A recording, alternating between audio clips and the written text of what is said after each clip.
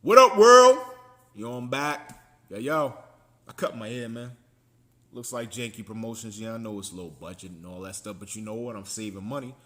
I had my mad locks, man. My locks was on there before, but you know what? I had to change it up.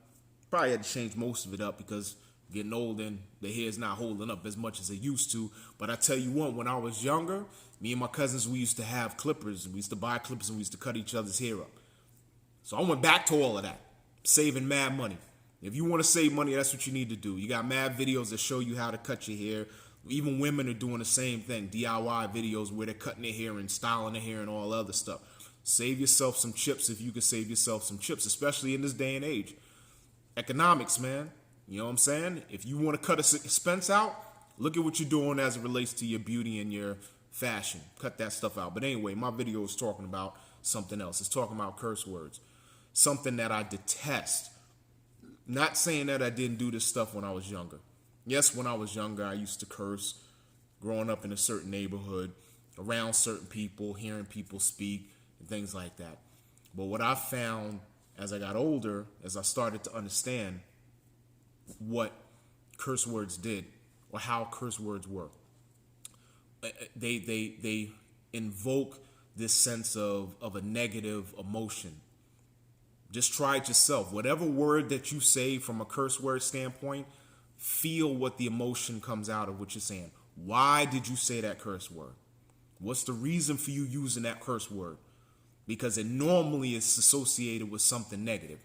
It's normally you're trying to get a point across of something negative. Some people may say, oh, well, I'm just joking using that word to make an insult, but it still has a negative connotation behind it.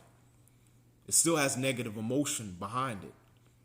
So the thing is that if you're trying to change what it is that you have coming on in your life or the negative things that are surrounding you or that you're dealing with, if you're a person who curses, you need to chill with that. First of all, most of you all can't even curse right. Most of you all sound like cornballs. Most of you all sound like corn. I'm telling you, when I'm in stores and I'm hearing people curse, they sound like cornballs.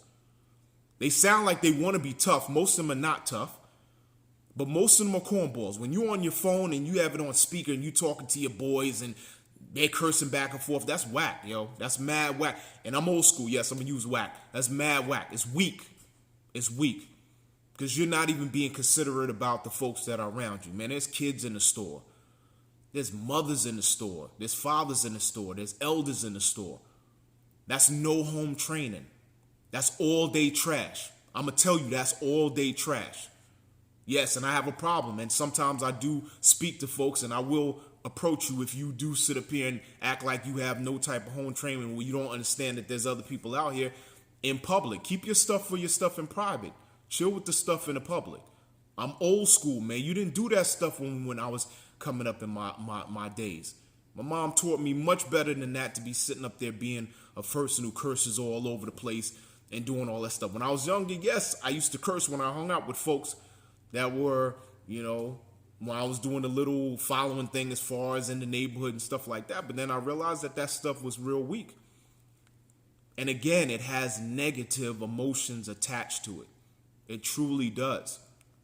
So if you can stop cursing, using words that are that way, they try to say that there's some type of test out there to say that proves your higher intelligence. I don't believe that garbage. It sounds like you just got no vocabulary. That's what it sounds like to me. And I'm not the greatest speaker in the world. I fumble even on these videos speaking, trying to figure out what I'm trying to say. But I know cursing to me doesn't sound like you have some type of vocabulary if you have to go and invoke one of those words in order to get your point across. So, again, if you can try to eliminate word by word every day or try to stop some things, and even if you curse, how about you just do this? Don't do it in public. Be mindful of where you at. Just be mindful of where you're at so that nobody else has to hear that. There's plenty of people that don't curse. There's plenty of people that don't want to hear those types of words being said. So be mindful of that. That's all. But again, you want to get negativity out of your life? Let's start with the curse words. Start to put other words in place of those curse words.